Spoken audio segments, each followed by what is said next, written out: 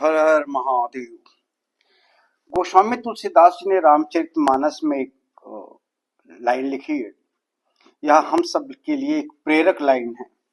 हमें इसको हमेशा ध्यान में रखना चाहिए।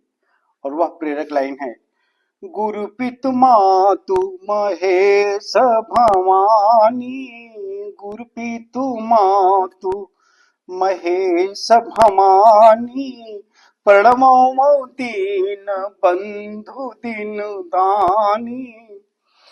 तुलसीदास जी ने भगवान शिव और पार्वती जी को गुरु, पिता और माता के रूप में याद किया है।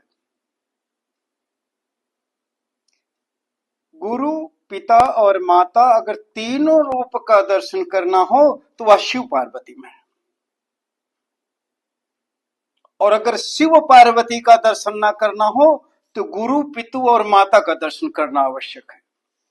जिन्होंने अपने माँ बाप की सेवा कर ली, गुरु के आदेश का पालन कर लिया, गुरु की आज्ञा का अनुपालन किया है, माता पिता के आदेश का पालन किया है, इन तीनों की सेवा की है, इन्हें किसी ईश्वर के पास जाने की जरूरत नहीं है।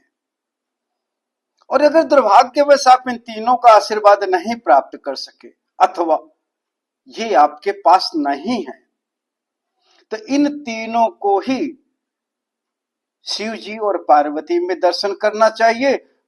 गुरु और पिता के रूप में भगवान शिव को और माँ के रूप में पार्वती को जिसने जान लिया वह भी संसार से पार हो जाएगा। तुलसीदास जी ने रामायण रचना के लिए सबसे पहले, माता पिता उनके थे नहीं, गुरु थे, शंकर भगवान का आश्रय लिया है, माँ पार्वती का आश्रय लिया है और यह उनसे विनती करी है कि मेरे गुरु, पिता, माता सब आप ही हैं।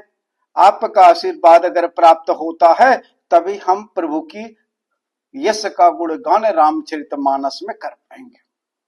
यहां एक बात बहुत स्पष्ट हो जाती है, यदि आपको राम जी के शरण में जाना है, प्रभु राम जी के शरण में होना है, तो आपको शिव और पार्वती का आश्रय अवश्य लेना होगा। शिव और पार्वती के आशीर्वाद के बिना आप प्रभु श्री राम का आशीर्वाद नहीं प्राप्त कर सकते हैं। इसलिए आप हमेशा जब कभी राम चर्चा होती है तब भगवान शिव और पार्वती की वंदना अवश्य करें। नमस्कार।